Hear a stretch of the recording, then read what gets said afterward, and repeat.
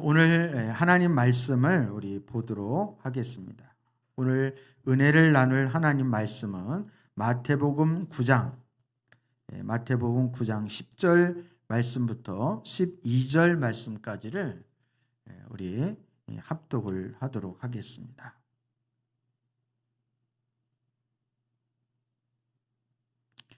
마태복음 9장 10절에서 12절입니다. 우리 같이 합독합니다.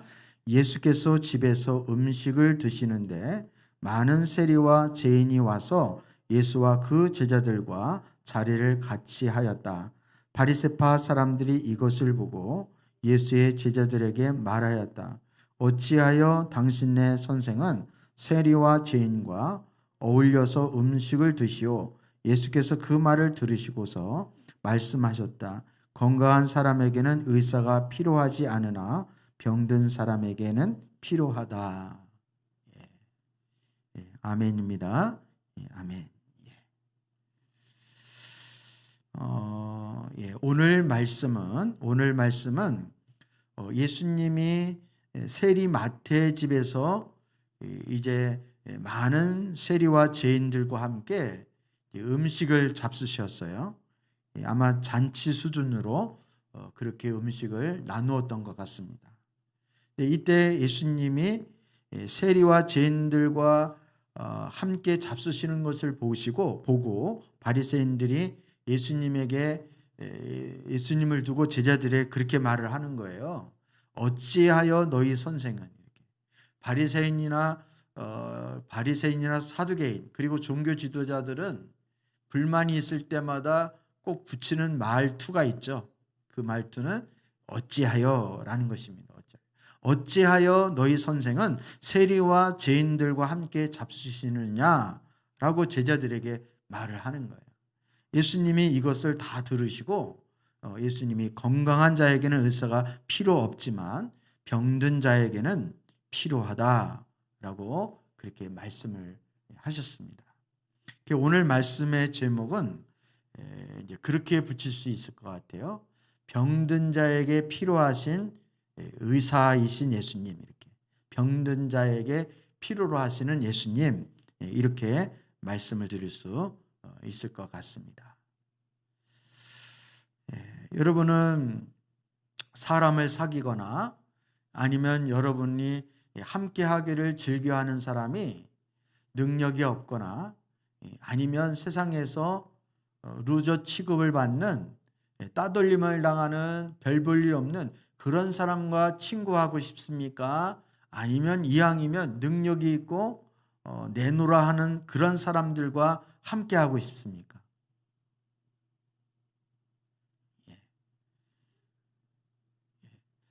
영상으로도 한번 대답을 해보실래요? 우리 정주하 집사님, 우리 정주하 집사님 어떤 사람과 친구하고 싶으세요? 우리 박성원 집사님은 우리 사랑합니다 신덕홍 집사님.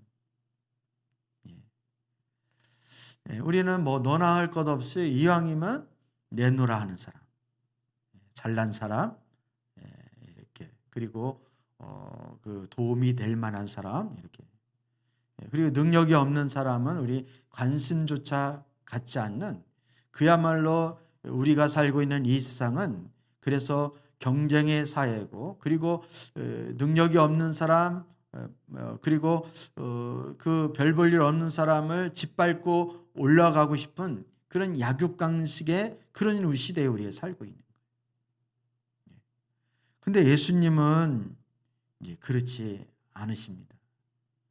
예수님은 세리와 죄인들과 같은 그런 자의 친구가 되기를 원하시고, 건강한 자에게 주님이 더 관심을 갖는 게 아니라 오히려 더 병든 자에게 더 관심을 갖고 그 병든 자를 찾아오시고 그 병든 자와 친구하기를 원하시는 것이 오늘 본문 말씀의 예수님의 모습이라는 거예요. 여러분, 오늘 말씀 속에서 예수님이 비유로 말씀을 하신 거예요. 건강한 자에게는 의사가 필요가 없지만 병든 사람에게는 필요하다라는 의사에 대한 비유를 예수님 말씀하셨는데, 우리가 잘 아는 바대로 여기서 나오는 의사는 누구를 가리키는 거예요? 예수님을 가리키는 거예요. 그리고 건강한 자, 여기서 말하는 건강한 자는 그 당시에 바리새파 사람들, 그리고 율법 학자들, 그리고 종교 지도자들, 이들은 나름 건강한 자라고 생각을 했습니다. 그래서 이 건강한 자는 성경대로 살아왔던 깨끗하고 의로운 자를 의미하고 있어요. 하지만 병든 자는 육신의 병만이 아니라 마음의 병과 영혼이 병든 자들이고, 날마다 죄를 밥 먹듯이 저지르는 사람들이 이 병든 자라고 말할 수 있는 거예요. 하나님의 계명을 어기고 주님의 말씀대로 안 살아가는 거예요. 도리어 자신이 환경대로, 여건대로, 자신의 인간의 육신의 쾌락대로 살아온, 그야말로 멋대로 살아온 그런 인생들이 오늘 본문에 등장하고 있는 병든 자들의 모습이라는 것입니다. 그러나 건강한 자는 율법과 계명을 정말 철저히 지키는, 그래서 저는 이스라엘을 가보긴 했는데 이제 그렇게까지는 제가 이렇게 체험을 하진 못한 것 같아요.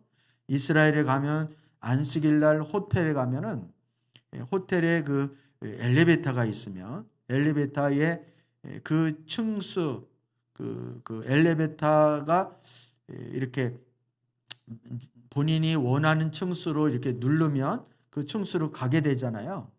근데 이 버튼을 누르는 것도 하나의 일이라고 생각하기 때문에 안식일 날은 절대로 엘리베이터라 할지라도 버튼을 누르지 않습니다. 그러니까 호텔 같은 데에도 안식일 날은 자동으로 층층마다 이 엘리베이터가 쓰고 열렸다 닫았다 열렸다 닫았다, 시간이 오래 걸려도 그런 식으로 자동으로 그렇게 시스템을 그렇게 만들었다. 그 정도로 저들은 안식일, 즉 안식일을 지킨다는 것은 뭐를 지키려고 하기 때문에 안식일을 지키는 거예요? 율법을 철저히 지키려고 하기 때문에 안식일을 지키는 거예요. 그 정도로 저들은 나름 율법과 계명을 목숨보다 더 사랑하고 어쩌면 목숨을 걸고 그 말씀을 지키려고 했던 자들이 오늘 본문에 등장하는 건강한 자들의 모습이라는 것입니다. 이들은 건강한 영혼을 유지하기 위해서 일주일에 2번씩 금식을 하기도 하고, 그리고 하나님 앞에 절기와 그리고 하나님 앞에 기도도 저희들이 끊임없이 했습니다. 오늘날로 말하면 쉬지 않고 예배를 드렸다는 거예요. 그렇다면 예수님은 건강한 자를 위해서 돌봐주셔야 하는데, 그리고 건강한 자에게 예수님이 필요하다 이렇게 말씀을 하셔야 되는데, 오늘 본문의 말씀은 건강한 자에게는, 그렇게 율법을 생명처럼 여겼던 그런 건강한 자에게는 예수님이 필요하지 않고 도리어 병든 자에게 예수님이 필요하다 이렇게 말씀하신 이유가 어디 있느냐. 건강한 자에게 예수님은 왜 필요가 없다고 하셨을까라는 것입니다. 열심히 신앙생활을 하는 건강한 영혼을 멀리하고 예수님이 예면을 하신다면, 누가 영혼 건강을 위해서 열심히 신앙생활을 하고 애쓸 사람이 어디 있겠느냐. 여러분, 요즘 우리 교회에 우리 지체를 위해서 하나님 앞에 아주 이렇게 마음을 다해서 기도로 중보하고 있습니다. 그래서 아침부터 오후 늦게까지 이렇게 예배당에 릴레이로 와서 우리 집사님들이 이렇게 기도하는 걸 보면 참 얼마나 감사한지 모르겠어요. 얼마나 감사한지 모르겠어요. 이렇게 다른 우리 연약한 지체들을 위해서 중보하는 것이 참 귀하다 이런 생각이 듭니다. 근데 이렇게 기도해야 하나님이 기뻐하실 거 아니에요. 근데 어떻게 맨날 죄만 짓고 다니고 남 약한 사람 등쳐먹고, 특히 이 세리 마태 같은 사람은 이 매국노요 이스라엘 원수 같은 그런 자입니다. 그냥 로마의 세금을 바치는 그런 정도가 아니라 더 세금을 착복해서 일부는 자기 배를 채우고, 그리고 이렇게 로마에게 세금을 바치고 백성들의 피고름을 빨아먹는 그런 흑혈귀와 같은 민족의 반역자, 바로 그러한 세례 요한인 거예요. 그런 세례 요한을 주님이 메시아라고 하면서 하나님의 아들이라고 하면서 친구하고 가까이 한다는 것. 이거는 그 당시에 바리새인들의 시각으로 볼 때는 뭐 어찌하여, 이거는 제가 볼 때는 아주 점잖게 표현한 것 같아요. 그 정도도 점잖게 표현한 것 같아요. 어떻게 그럴 수가 있는가라는 것입니다.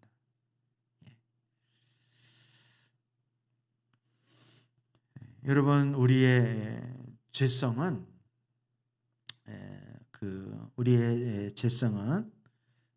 우리 영혼과 하나님이 우리를 창조하실 때 본래 우리는 하자가 있는 병든 영혼으로 하나님 우리를 창조하지 않으셨습니다. 우리는 건강한 자, 튼튼한 자로, 건강한 자로 하나님 우리를 창조해 주셨습니다. 근데 그 하나님의 주신 그 건강을 하나님의 영광을 위해서 사용한 것이 아니라, 우리 타락한 인간들은 도리어 하나님을 떠나는 것을 선택하고 하나님을 외면하고 멀리 했다는 거예요. 하나님을 떠난 그 자체가, 그리고 하나님을 반역한 그 자체가 죄라는 것입니다. 죄가 찾아왔기 때문에 그 죄로 말미암아 우리 마음과 영혼이 병들었다는 거예요. 병들었다. 그래서 이제 더 이상 우리는 하나님과 함께 할 수 없고, 그리고 영혼이 건강한 자가 되어지지 못했다라는 것을 성경은 말씀하고 있습니다. 육신이 병든 사람은 본인이 병들었다라는 사실을 알까요, 모를까요? 육신이 병든 사람은 본인이 병들었다는 것을 인정을 하고 알아요. 근데 영혼이 병든 사람은 본인이 병든 줄조차도 모르는 거예요. 이것은 마치 영적인 소경은 본인이 소경인 것을 몰라요. 육적인 소경은 본인이 소경인 것을 아는 것처럼 아는데, 영적인 소경은 본인이 소경임에도 불구하고 소경인지 몰라요. 이것처럼 영적으로 병든 사람은 자신이 병들었는지를 몰라요. 오히려 육적으로 병든 사람은 본인이 어디가 아프고 어디가 병들었다라는 것을 알지만은, 영적으로 병든 자는 그게 영적인 병인지조차도 인식을 못하는 거예요. 그야말로 무지하고 무감각한 그런 특징을 보인다는 사실을 우리 기억할 필요가 있습니다. 그래서 예수님이 마태복음에 보면 가버나움에 대하여 주님이 와 있을진저라고 하면서 그 소년들이 피리를 불어도 춤추지 아니하고 애곡하여도 가슴을 치지 않는 자와 같다라고 하면서, 저들이 주님께서 회개를 외치시고 회개를 말씀을 선포하시고 회개를 외치고 하나님 나라를 선포해도 저들이 돌이키려고 하지 않는 거예요. 왜? 감각이 없는 거예요. 피리를 불면 춤을 추고 애곡하면 가슴을 치는, 이렇게 반응을 해야 되는데, 예수님이 직접 이 땅에 오셔서, 그것도 사역의 그 센터가 되어지는 갈릴리 가버나움에서 하나님 나라에 대한 말씀을 그렇게 외쳤는데도 불구하고 아무 반응을 보이지 않는 그 이유는 바로 저들이 영적인 영혼의 병이 들었기 때문에, 감각이 없기 때문에, 영혼의 문둥병이 들었기 때문에 그렇습니다. 예수님은 바로 이러한 영적으로 병든 인생들을 위해서 예수님이 이 땅에 오셨습니다. 예수님이 이 땅에 오실 때 인간들은 건강한 영혼을 갖기 위해서 스스로 계명을 지키고자 노력을 했습니다. 그 모습이 바로 예수님 당시에 유대인의 모습이었고 종교 지도자들의 모습이었고 바리새인들의 모습이었습니다. 스스로 계명을 지키고자. 그래서 건강을 자신 스스로 영적인 건강을 그렇게 하면 회복할 거라고 생각을 합니다. 그러나 인간은 자신의 힘으로 계명을 지킬 수가 있다 없다? 없다라는 거예요. 계명을 지킬 수 있는 사람은 이 세상에 한 사람도 존재하지 않는다라고 성경은 말씀하고 있는 거예요. 그럼에도 불구하고 유대교의 많은 사람들은 자신의 노력했다는 이유로 자신들이 건강하다고 우기는 거예요. 오히려 저 세리와 창녀와 죄인들이 영적으로 병들어 있는 것이고 우리들은 영적으로 건강하기 때문에 우리는 의사가 필요하지 않다 이렇게 여겼던 거예요. 그리고 자신들의 그 노력을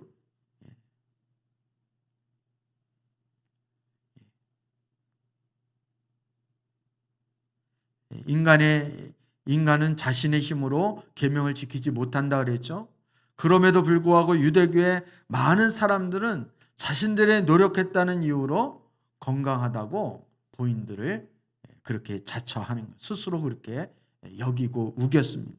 자신들의 노력과 열정으로 자신들의 영혼의 죄악을 없애고자 시도하는 그런 어리석음을 범한 것입니다. 여러분, 이게 유대교의 특징이에요. 유대교의 특징은요, 자신 스스로가 자신의 의를 통해서 그 공로로 하나님께 가려고 하는 거예요. 자신들은 그래서 죄인이라고 생각을 안 합니다. 다시 말하면 자신들은 영혼이 아주 건강하고 아주 바람직한 사람들이다 이렇게 생각을 하는 거예요. 여러분, 제가 이제 어떤 특정한 종교를 비난하기 위해서가 아니라 이 땅에 존재하는 모든 종교는 다 의가 자기의 노력으로, 자기의 수련으로, 자기의 연단으로 의로워지려고 하는 게 그 특징이 있습니다. 천주교도 마찬가지고 유교도 마찬가지고 불교도 마찬가지입니다. 근데 유독 뭐만요? 우리 기독교만 예수님의 의로 우리가 천국에 갈 수 있다. 구원을 받을 수 있다. 이렇게 말합니다. 다른 종교들은 그 신의 의를 덧입어서 구원을 받는다. 이런 교리가 아예 없어요. 본인 스스로가 연단을 하고 수련을 하고 본인 스스로가 노력을 해서 의로워지고 착해져야 그래야 좋은 데 갈 수 있다. 이렇게 주장을 하는 거예요. 네, 저들에게는 구원의 교리가 거의 없죠. 그래서 그냥 구원받는다 이런 말도 기독교에서 쓰는 거지 다른 종교에서는 그냥 사후에 좋은 곳에 간다 이런 정도로 생각을 하는 거예요. 우리만이 분명하게 예수 안 믿으면 지옥 가고 예수를 믿어야만 그 예수의 의의 공로를 힘입어서 우리가 천국 갈 수 있고 구원받을 수 있다 이렇게 말하는 유일한 종교가 우리 기독교라는 사실을 기억을 해야 하는 것입니다. 이게 복음인 거예요. 이게 복음.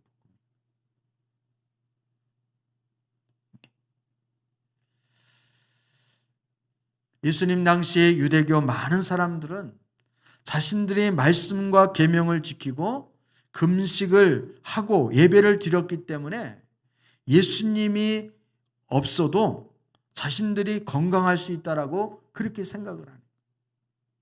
물론 말로는 예수님이 필요하다고 말할지 모르겠지만 사실은 그 내면 깊은 곳에서는 예수님 필요하지 않고 내 노력으로 되어질 수 있다 이렇게 생각을 하는 거예요.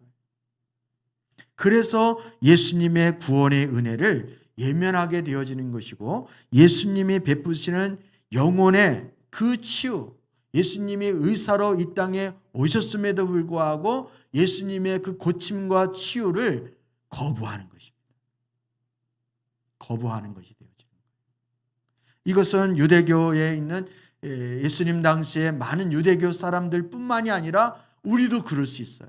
명색은 교회 다닌다라고 말로는 예수님 믿는다라고 하면서도 여전히 내 안에 율법주의적인 요소가 있어서 내 의로 내 노력으로 신앙생활을 열심히 하며 하나님이 그것 가지고 인정을 해주고 하나님 그 정성을 봐서 구원해 줄 거라는 한 가닥의 일말의 그 실마리만 조금만 붙잡아도 그것은 주님을 의지하는 것이 아니라는 것입니다. 그게 믿음이 아니라. 그래서 사도 바울이 갈라디아 교회의 성도들에게 그렇게 책망을 하잖아요. 갈라디아 사람들아, 이렇게. 너희가 어떻게 그렇게 내가 전하는 복음은 그렇게 잘 받아들이려 하지 않는데 어떻게 내가 전하는 복음 외에 다른 복음이 증거되어지면 그것이 그 자가 천사라 할지라도 그는 저주를 받을지어다. 이렇게 얘기하면서 갈라디아 교회가 어떻게 성령으로 시작해서 너희가 육체로 마치려 하느냐 이렇게 경고를 해요. 이 말은 뭐냐면 말로는 믿음 하면서도 결국은 믿음만 가지고 되겠어? 내가 그래도 열심히 해야지. 이런 생각을 갖는 거예요. 그게 성령으로 시작해서 육체로 마치는 것입니다. 여러분, 우리 지금 마태복음 9장 말씀을 5번에 걸쳐서 지금 설교를 지금 듣고 있어요. 4번인지 5번인지 잘 모르셨죠? 근데 여러분 이 마태복음 9장 시리즈 말씀을 쭉 보시면서 여러분 눈치채신 분들은 눈치채셨겠지만 이게 우리 평소에 생각했던 거하고 많이 가치관이 다르구나 이렇게 이 유대인들이 깜짝 놀라는 것처럼 어떻게 죄 사하는 권세가 있어 예수님에게? 어떻게 예수님이 건강한 자에게 필요하지 않고 건강한 자에게는 필요 없다 그러고 병든 자에게 의사가 필요 있다고 해? 이거는 마치 뒤통수를 맞는 것처럼 여러분이 딱 충격이 와야 되는 거예요. 이 말씀을 들으나 또 졸리고 저 말씀을 들어도 또 졸리고 똑같이 이렇게 들으시면 여러분 안 됩니다.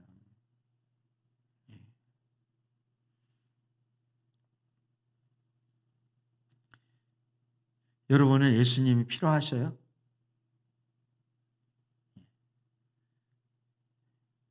우리 김숙희 집사님 아멘. 김미경 집사님도 아멘. 김인호 집사님 아멘. 정주아 집사님 주님 닮아가기를 소망합니다. 여러분 내가 정말 우리는 끊임없이 나에게 그런 질문을 해요. 신덕궁 집사님도 얼렁 아멘. 우리 박성복 집사님 이거 재밌네요. 댓글 다니까. 우리 김미경 집사님 99%는 내려놓아도 끝까지 내려놓지 못하는 그 1%가 나에게 가장 중요한 부분이었고 가장 큰 죄인임을 깨닫습니다. 할렐루야. 맞습니다. 여러분 우리는 우리 스스로를 복음의 관점으로 우리를 돌아봐야 돼요. 나는 예수님이 필요한가?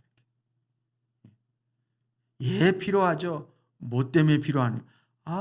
내가 예수님이 계셔야 우리 집안이 편안하고 우리 남편 사업 잘 되어지고 우리 자녀들 건강하고 공부 잘하죠. 여러분 땡입니다. 땡. 그렇게 대답을 하면 나는 예수님이 없이는 소망이 없는 자입니다. 마치 가늠하다 끌려온 그 마리아처럼 창녀 마리아처럼 지금 당장이라도 돌에 맞아 죽어도 나는 끽소리 하지 못하는 그런 죄인 중에 계십니다. 주님이 아니면 나는 살아남을 수가 없습니다. 이런 절박한 마음으로 주님을 의지하고 주님의 필요를 느껴야 되는 거예요. 이게 영적인 목마름이고 이게 영적인 배고픔이에요. 예수님 이번에 안 도와주시면 다음에 또 이렇게 뭐 의지하면 되겠지 뭐 이런 정도로는 안 되어지는 거예요. 이게 내가 복음 안에서 내가 비춰지지 않고 내 존재가 어떤 자인지가 비춰지지 않으니까 주님에 대해서 갈급함이 안 생기는 거예요. 목마름으로 주님을 왜 찾아야 되는지를 잘 인식을 못하는 거예요. 그리고 주님 앞에 기껏 구한다는 것이 주님 돈 달라고 그러고 사업 잘 되게 해달라고 그러고 그리고 주님 건강하게 해달라고 요 정도 기도밖에 못하는 거예요. 여러분 베드로가 예수님 만난 것처럼 깊이 예수님을 만날 수 있기를 축복합니다. 예수님 나는 죄인입니다. 나를 떠나소서라고 말할 수 있는 이사야가 성전 안에서 그 하나님의 영광의 옷자락을 보고 그 하나님의 임재를 경험할 때 화로다 나는 죽게 되었도다 라고 하면서 주님을 깊이 만나는 죄인된 내 자신을 보고 그것을 깨달을 수 있는 그런 깊은 만남이 저와 여러분 가운데 있어져야 그래야 우리가 주님과의 관계가 실제가 되어지는 거예요. 그때 비로소 우리 영혼은 거듭나게 되어지는 것이고 새롭게 되어지는 것이고 깨어나는 영혼이 되어지는 줄 믿습니다. 그렇지 않으면 우리는 말로는 입으로는 주여 주여 하지만 실제로 주님이 왜 필요한데? 라고 하면 대답을 못하는 거예요. 청문회 때 이렇게 국회의원이 대답하면 뭐 동문서답을 하는 거죠. 사후정처럼 엉뚱한 대답을 하고 막 이렇게 왜 골려 넘어지지 않으려고 다른 대답을 피해 가려고 하니까 뭐 꼭 정신 나간 사람처럼 대답하는 것처럼 그렇게 하는 거예요. 우리도 그럴 수 있다는 사실을 여러분 기억을 해야 돼요. 나는 예수님이 필요한 자입니까? 주님, 내가 예수님이 필요한 자입니까? 이 스스로를 내 스스로의 그 질문을 내가 대답할 수 있는 주님 앞에 고백할 수 있는 하나님의 자녀가 되어져야 하는 거예요. 자신의 힘으로 영혼을 고칠 수 없다고 고백하는 자들에게 바로 예수님은 은혜를 베풀어서 병든 영혼을 그런 자에게 고쳐주기 때문인 것입니다. 여러분 이 말씀 굉장히 중요하다고 저는 생각해요. 자신의 말로는 뭐 주님 필요하다고 다 그러겠죠. 우리 지금 하나님 앞에 나와서 기도하고 예배하고 신앙생활을 하는 그리스도인 중에 예수님이 필요하다고 말하지 않은 사람이 어디 있겠습니까? 근데 왜 필요한데? 라고 그 중심을 우리가 정직하게 고백을 하라고 한다면 많은 경우에 내 성공을 위해서 나의 유익을 위해서 예수님이 필요한 거지 내가 죄인되기 때문에 예수님이 필요하다 이 인식을 별로 안 갖는다니까요. 구원받을 때만 교리로 처음 구원받는 그 교리를 인정할 때만 인정하겠죠. 앵무새처럼. 그렇지만 실제로 우리 삶 가운데 죄된 나를 구원해 주시고 나를 죽은 자 가운데서 건져내셨다라는 이 하나님의 놀라운 은혜를 이 은혜에 대해서 우리 마음속에서 감격하고 이거에 감사하고 이것 때문에 하나님 앞에 눈물을 흘리고 이런 설레임이 우리에게 없다는 거예요. 이게 회복되어질 수 있기를 주님의 이름으로 축복합니다. 이 부분이 중요한 거예요. 예수님이 이 땅에 오셨을 때 수많은 사람들은 자신의 죄악과 질병으로 죽어가는 것을 보고 불쌍히 여겨주시고 은혜로 값없이 고쳐주셨습니다.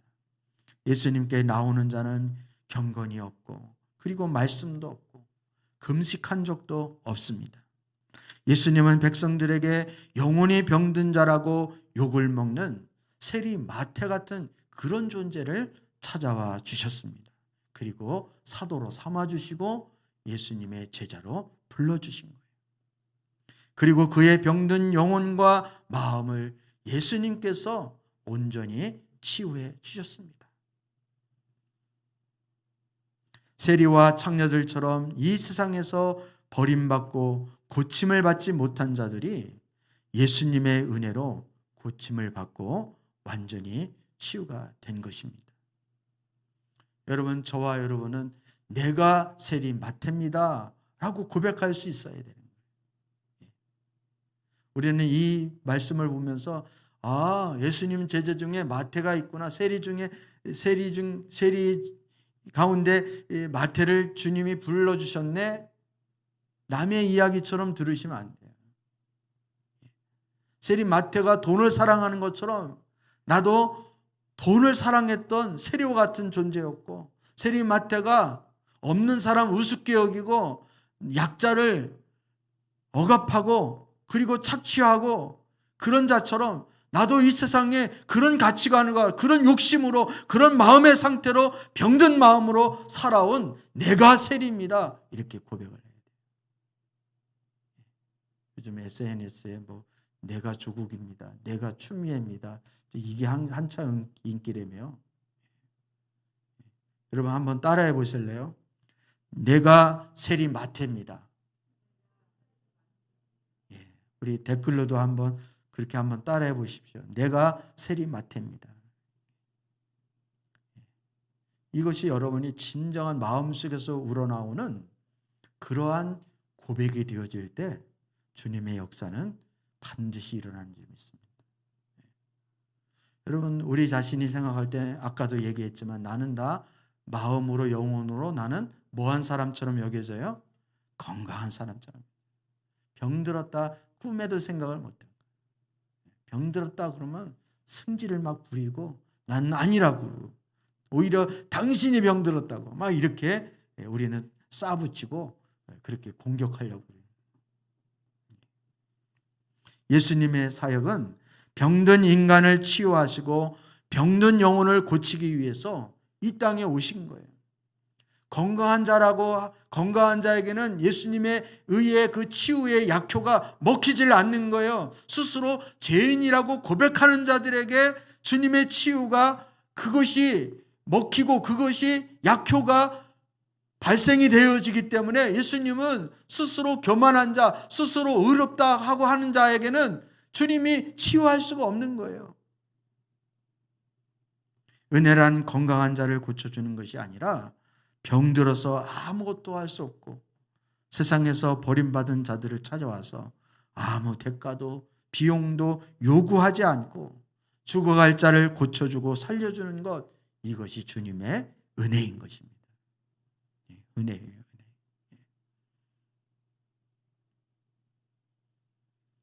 제가 가끔씩 저희 아내에게 그래요. 당신은 참 좋겠다고. 나는 어떻게 요일, 내 삶의 패턴은 요일로 돌아가는 것 같다고.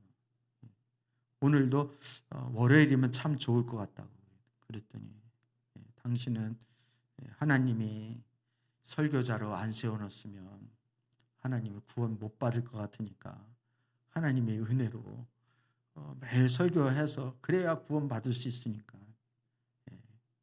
그래서 제가 겉으로는 차마 아멘 못했는데 속으로 아멘 했습니다. 아멘.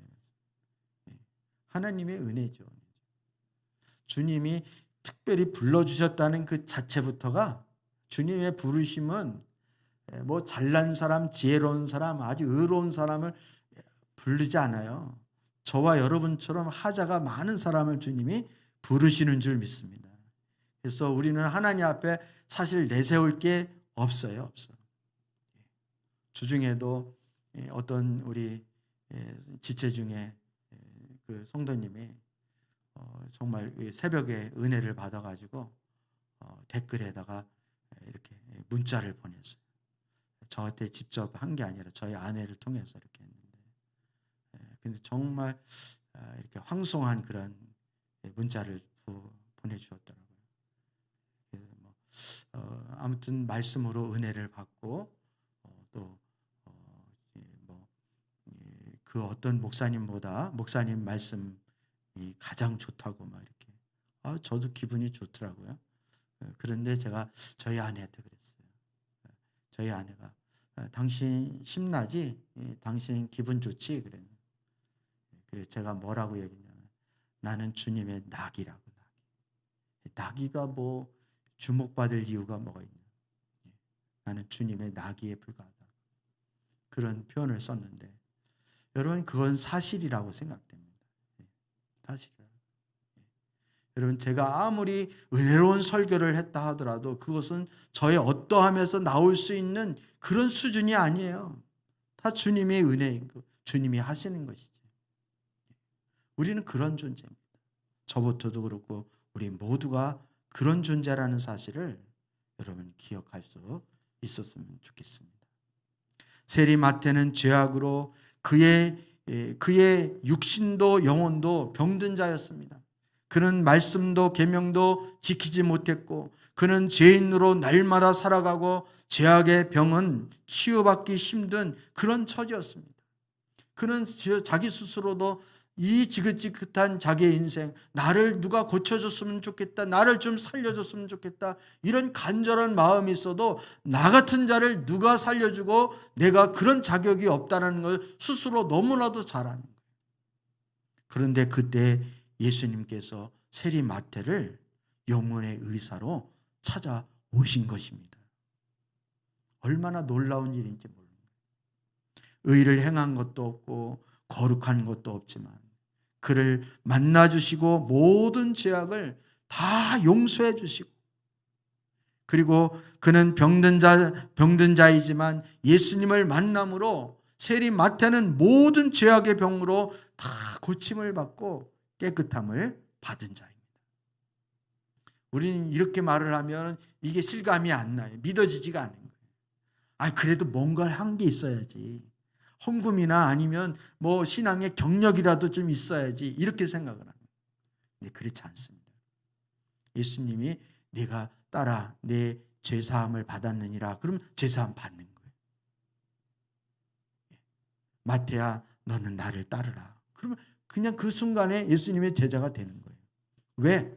예수님은 전능한 하나님이시고 하나님의 본체를 가지고 계신 이 땅에 오신 하나님이시기 때문에 전능하신 분이시기 때문에 예수님이 사하면 말 한마디로 다 사할 수 있고 예수님이 말씀으로 모든 만물을 창조할 수도 있고 말씀으로 다 치유할 수 있고 말씀으로 회복할 수 있는 그런 자격과 능력을 갖추신 분이 바로 우리의 유일한 구원자 되신 예수 그리스도시라.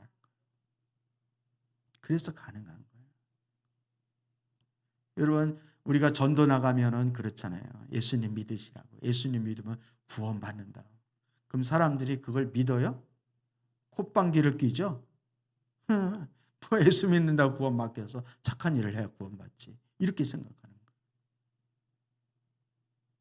근데 우리가 신앙생활을 한다면서도 예수님 말씀 한마디로 죄사함을 받고 말씀으로 제자를 선택하고 이렇다고 해도 그걸 안 믿어요. 왜? 율법주의적인 사고를 가지고 있기 때문에 뭔가를 지불을 하고 그만한 자격을 갖추어야 된다 이렇게 생각을 하는 거예요. 죄인인 주제에 무슨 주님 앞에 그런 항송한 일을 할 수 있겠어 이렇게 생각을 하는 거예요. 그러니까 주님의 은혜를 안다 모른다? 모르는 거예요. 주님의 은혜를 모르는 거예요.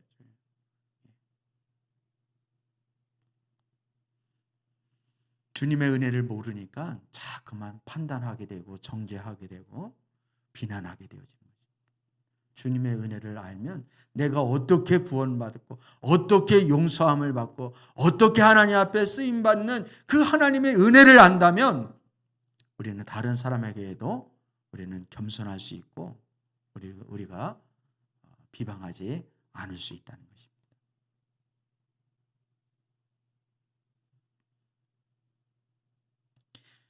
세리 마태는 영적으로 병든 자였습니다. 하지만 예수님을 만나는 그 순간에 모든 죄악의 병을 다 고침을 받고 깨끗함을 받았습니다. 세리 마태가 한 것은 아무것도 없습니다. 단지 예수님을 자신의 치유자로 영혼의 의사로 모든 것을 맡기고 주님을 따랐을 뿐이라. 그럴 때 예수님은 마태를 완전하게 해주시고 새롭게 해주셨습니다. 이 세상의 모든 인간은 병으로 시작해서 병으로 인생을 마치는 자들입니다. 누구나 예할 예가 없이 모든 사람이 다 그렇습니다. 그러나 이러한 병으로 시작해서 병으로 마치는 인생이라 할지라도 누구든지 예수님께 나가면 값없이 모든 질병을 다 고쳐 주십니다. 성도들은 모든 질병과 싸웁니다. 하지만 의사이신 예수님께 나가고 자신의 죄악을 고백하면 성도들은 항상 고쳐주시고 성도들을 치유해 주시는 것입니다. 따라서 우리는 예수님 앞에 건강한 척 할 필요가 없습니다. 내가 병들었으면 병들었다 정직하게 그냥 고백을 하면 되어지는 거예요. 병들었는데도 불구하고 건강한 척, 의로운 척 이렇게 하는 걸 하나님이 가장 싫어하십니다. 이걸 다른 말로 말하면 외식한다 이렇게 말해요. 겉과 속이 다른 것을 주님은 상당히 싫어하십니다. 가면 쓰지 마시고 정직하게 내 스스로를 고백을 하는 거예요. 우리 공동체 가운데 내 허물과 내 약점과 내 허물이 드러나도 우리는 그것에 대해서 놀라거나 그것에 대해서 창피한 자가 되면 안 되어지는 거예요. 나는 원래 그런 자입니다. 그거보다 더 못한 자입니다. 이렇게 고백할 수 있어야 돼요. 그래서 나는 더 주님의 은혜가 필요한 자입니다. 얼마나 멋있습니까? 얼마나 멋있어요. 근데 바리새인들처럼 종교 지도자들처럼 의로운 척, 거룩한 척, 속에는 온갖 썩은 그 뼈다구가 썩은 그 냄새가 풀풀 나고 있는데 그 욕심과 욕망과 세상적인 사랑과 그 음란과 쾌락 이런 것으로 가득 차 있는데 그런데 겉으로는 거룩한 척하는 거 이게 외식이고 이게 회칠한 무덤이라는 사실을 우리는 기억을 해야 하는 것입니다. 주님 앞에 우리의 자신을 낱낱이 고백하는 자가 되어야 돼요. 그러면 주님은 자신이 병들었다고 하고 자신이 죄인이라고 주님 발 앞에 와서 무릎 꿇고 고백하는 자를 예면하신 적이 없습니다. 예면하신 적. 우리는 예수님 앞에 건강한 척 할 필요가 없습니다. 예수님의 은혜는 자신의 영혼이 병들었다고 하는 자에게 내려오시게 되어 있습니다. 자신의 병을 말씀으로 때로는 우리는 진단을 받아야 하는 거예요. 여러분, 율법은 뭐를 하는 기능이 있다 그랬습니까? 죄를 깨닫게 해주는 거예요. 하나님의 말씀이 우리의 영혼의 거울인 거예요. 말씀이 육신이 되어 오신 그 예수님을 통해서 우리는 끊임없이 내 자신을 볼 수 있어야 돼요. 예수님 속에서 내 모습을 볼 수 있어야 돼요. 예수님을 통해서 내 존재가 어떤 존재인지를 보는 자가 이게 복된 자예요. 왜? 그래야 치유받을 수 있고 회복되어질 수 있기 때문에 그런 거예요. 주님 나를 불쌍히 여겨달라고, 주님 나를 고쳐달라고, 주님 나를 구원해달라고 그렇게 하나님 앞에 외치는 자가 구원을 받고 주님의 은혜를 받고 치유를 받게 되어지는 것입니다. 근데 나는 내가 얼마나 의로웠는데, 내가 몇 년을 신앙생활을 했는데, 내가 주님을 위해서 이것도 하고 저것도 했는데, 이런 식으로 하나님께 나가는 자는 소망이 없는 자입니다. 그런 자가 예수님을 십자가에 못 박았다는 사실을 기억을 해요. 왜? 내 의를 붙잡으니까 예수님이 더 이상 소중하다고 생각이 안 들어지는 거예요. 예수님을 제껴놓게 되어지는 거예요. 나중에 결국은 결정적인 순간에 예수님을 예면하게 되어지는 것입니다. 영적인 원리예요. 영적인 원리입니다. 죽고자 하는 자는 살 것이고 살고자 하는 자는 죽는 그런 것이 영적인 원리라는 사실을 우리는 기억을 해야 돼요. 그래서 여러분 설교 시간에 목사님 말씀을 통해서 내가 찔림을 받았다. 그럼 그건 은혜예요? 안 은혜예요? 은혜죠. 찾아와가지고 목사님 저 시험 들었어요. 막 이런 소리 하지 마시고. 시험 들을 정도로 하나님 강하게 말씀하셨으면 그건 감사할 일이지. 어디 시험 들었다고 뭐 교회를 옮기느니 안 나오느니 뭐 이제 끊을 거라 그러고 막 그러면 어떻게 해요? 여러분 하나님 말씀은 좌우의 날쌘 검과 같아서 때로는 우리를 찔리기도 하고 쪼개기도 하는 거예요. 주님 말씀, 설교 말씀 때문에 시험 들었다.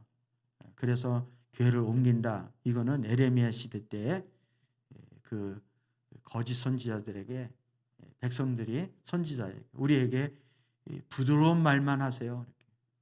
강한 말씀을 하지 마시고 부드러운 말씀만 하세요. 이렇게 말하는 것과 똑같은 거예요.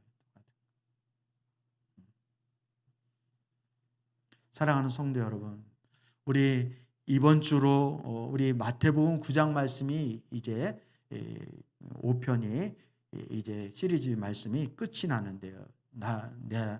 끝이 나게 되는데 이 마태복음 9장 말씀을 통해서 여러분이 신앙의 아주 중요한 복음의 관점이 여러분에게 뿌리가 박혀질 수 있기를 주님의 이름으로 축복합니다. 주님은 의인을 부르러 온 것이 아니라 죄인을 부르러 왔다.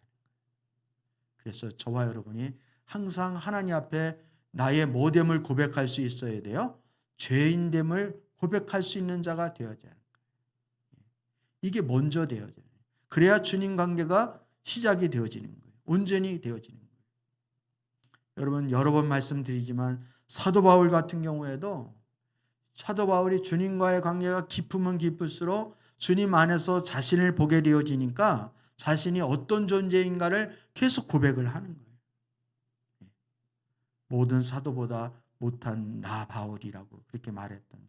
그리고 이제 10달을 채우지 못하고 난 이렇게 그런 존재라고 이렇게 말을 했다가 나중에는 사도 바울이 뭐라고 고백을 합니까? 자신을 죄인 중에 괴수라고 이렇게. 사도 바울이 인생을 살면서 복음 사역을 안 하고 죄 짓는 일을 도맡아서 했기 때문에 그렇게 고백을 했을까요? 아닙니다. 본인이 계속 주님 안에서 본인이 발견되어지게 되어지니까 자신의 실제 그 육신의 정체성이 드러나게 되어지는 거예요. 우리는 예수님 아니면 하나님께로 나갈 수 있는 길이 있다 없다? 없습니다. 예수님은 우리의 양의 유일한 문이에요. 문. 주님이 우리의 길입니다. 그 예수님을 우리가 구원자로 우리의 삶의 주인으로 그렇게 여기게 될 때 우리는 하나님께 나아갈 수 있게 되어지는 것이고 주님의 영광을 맛보게 되어지는 것이고 주의 생명을 경험하게 되어지는 거예요. 예수님을 통해서 그것이 이루어지는 거예요. 근데 유대인처럼 예수님을 제껴놓고 자신의 의의 노력으로 하나님의 영광을 맛보려고 그러고 주님의 구원을 얻으려고 그러고 예수님을 통하지 않고 그렇게 하나님께 나가려고 하는 자가 다 도적이요 강도라는 것입니다. 양은 양의 문으로 통과해야 되는 거예요. 그 문이 바로 예수 그리스도라는 거예요. 여러분 예수님 깊이 생각할 수 있기를 축복합니다. 예수님을 깊이 예수님만 바라볼 수 있기를 주님의 이름으로 축복합니다. 예수님에 대하여 목마른 자가 되어져야 하는 거예요. 우리는 이렇게 말을 하면 그냥 예수님은 우리 신앙생활 중에 가끔씩 찾아도 되는 그런 정도로 생각하는 거예요. 그렇지 않습니다. 여러분 우리의 삶의 모든 중심은 예수 그리스도가 되셔야 돼요. 하나님 아버지도 성령님도 우리의 육신의 눈으로 보이지 않지만 예수님만 유독 사람이 인간의 몸을 입고 이 땅에 오셨기 때문에 우리가 예수님을 통해서 하나님 아버지를 알아가는 자가 되어져야 하는 거예요. 따라서 우리 신앙은 오직 예수 그리스도에게만 초점을 맞출 수 있는 그런 자가 되어져야 할 줄 믿습니다. 여러분 여러 번 말씀을 드리지만 우리 코로나로 이렇게 어려워지게 되어지니까 우리 기독교에 대해서 지금 와서 이제 교회마다 이제 정신을 차려야 된다, 깨어나야 된다, 이렇게. 그런데 이제 어떻게 이 코로나 시대에 우리가 대처를 해야 하나 그런 얘기 많이 나오죠. 근데 우리가 세상의 소금으로 빛으로 세상 사람들의 모범을 보여야 됩니다. 그 말이 틀린 말은 아니에요. 근데 누가 세상의 빛과 소금이 되고 싶지 않아요? 되고 싶어도 안 되는 걸 어떻게 해요? 누가 세상 사람들에게 칭찬받고 모범이 되고 싶지 않은가요? 교회가 그렇고 싶지 않은가요? 그렇게 하고 싶어요. 그런데 생각처럼 안 되어져요. 군대 가서 군대 생활을 하면 야, 난 제대하면 이제 형제들에게 잘하고 그리고 부모에게 효도할 거야. 세게 빠지게 이제 막 이렇게 군대에서 구르고 그냥 고생하고 눈물의 빵을 먹고 막 이렇게 훈련하면서 그냥 막 그냥 엄마 생각나고 그냥 부모님 생각나고 막 이러면은 저절로 다 효자 되겠다고 다 다짐해요. 그런데 막상 제대하고 나면 웬걸요. 그거 일주일도 못, 한 달이면 다 소진됩니다. 다시 군대 갔다 오기 전까지는 안 되어져요. 한 달이면 이제 다 불효자는 옵니다. 이렇게 되어지는 거예요. 불효자는 옵니다. 우리도 신앙생활 똑같아요. 나도 몸이 되고 싶고 그리고 사람들에게 빛이 되고 싶고 소금이 되고 싶고 칭찬받고 모범적인 사람이 되고 싶어요. 근데 그게 마음처럼 되든가요? 안 되어집니다. 내가 예수님 안에서 발견이 되어지지 않으면 예수님의 도움을 받지 아니하면 예수 그리스도 안에 거하지 아니하면 나는 절대로 소금도 빛도 되어질 수 없다는 거예요. 그래서 우리는 먼저 우리가 주님을 찾아야 돼요. 주님 안에서 우리가 발견되어져요. 그럼 어떻게 주님을 찾을 수 있는가?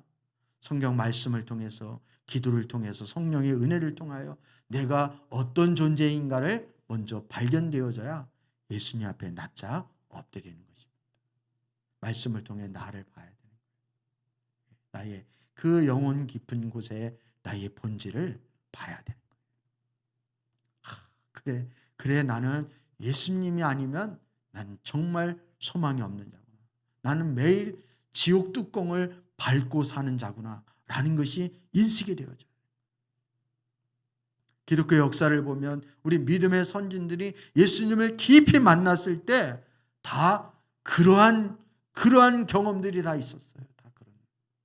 이걸 우리는 두 번째 회개라고 말하는 두 번째 예수님을 만나는 거라고 그렇게 표현할 수 있는데, 여러분 베드로의 예를 들어보면 처음에 베드로가 예수님 따를 때 자기 의지로 주님 나는 어디를 가든지 주님을 따라가겠습니다.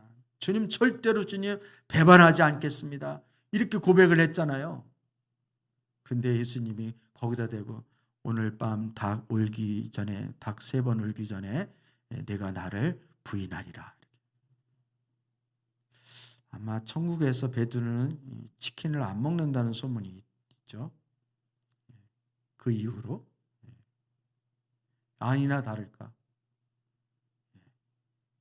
닭이 울 때에 이 베드로가 예수님을 3번씩이나 그것도 저주하면서까지 예수님을 부인해. 네가 마음은 원이지만 육신이 약하다라고 하는 것처럼 우리는 그런 존재예요. 우리는 강한 존재가 아니에요. 우리는 약한 존재예요. 주님이 붙잡아 주시지 아니하면 안 되는 그런 존재라는 사실을 기억을 해야 돼요. 내가 예수 믿으면 모든 걸 다 할 것처럼, 내가 기도하면 축복도 땡겨올 수 있고, 내가 기도하면 뭐 안 되는 것도 될 것 같은, 그거는 다 여러분 이 영적으로 어릴 때 하는 얘기예요. 왜? 처음에는 주님이 기도하는 일만 하면 다 들어주시거든. 근데 더 깊이 주님을 만나야 되는 거예요. 그건 언저리 주님이지 깊이 만나는 게 아닙니다. 깊이 만나기 위해서는 나의 죄된 모습을 주님을 봐야 되는 거예요. 베드로처럼 그 죄 앞에 무릎 꿇고 통곡하면서 주님을 찾아야 되는 거예요. 주님이 아니고는 나는 하나도 손 하나 까딱할 수도 없는 그런 존재이구나. 이걸 고백할 수 있는 자가 돼야 돼요.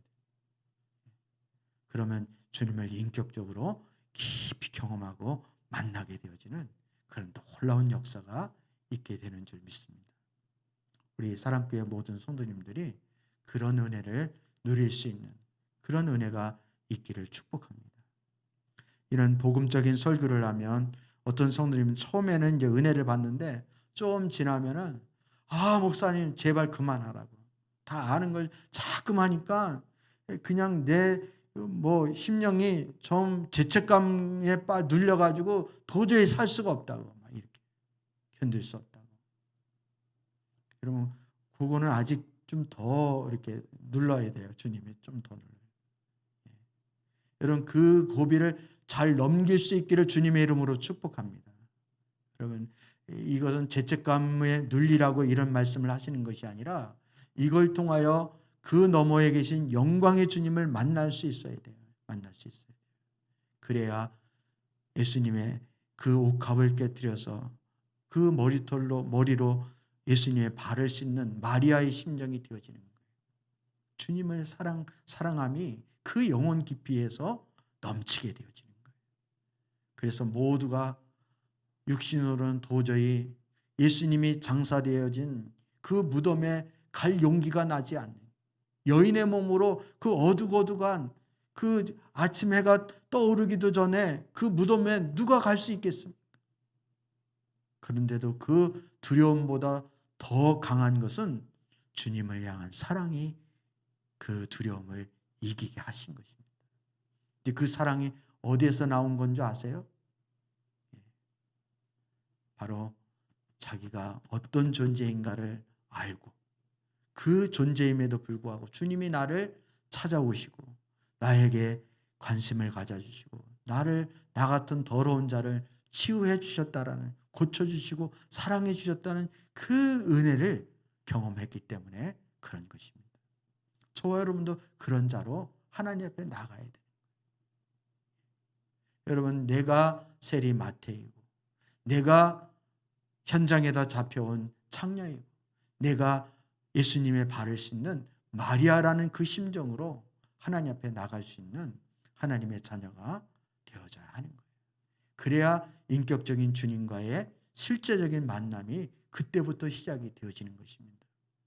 여러분 우리가 교회를 다니고 예배를 드려도 기도를 해도 신앙생활을 해도 아무 재미가 없고 그저 의무감으로 건조한 그런 헌신을 하는 이유는 바로 이러한 주님과의 깊은 교제와 사랑이 없기 때문에 그런 것입니다. 주님의 은혜의 깊은, 주님의 그 은혜의 깊이에 빠져들 수 있는, 그리고 그 은혜의 샘물과 그 사랑을 경험할 수 있는 우리 사랑교회 온 성도님들이 다 되어질 수 있기를 다시 한번 주님의 이름으로 축복합니다.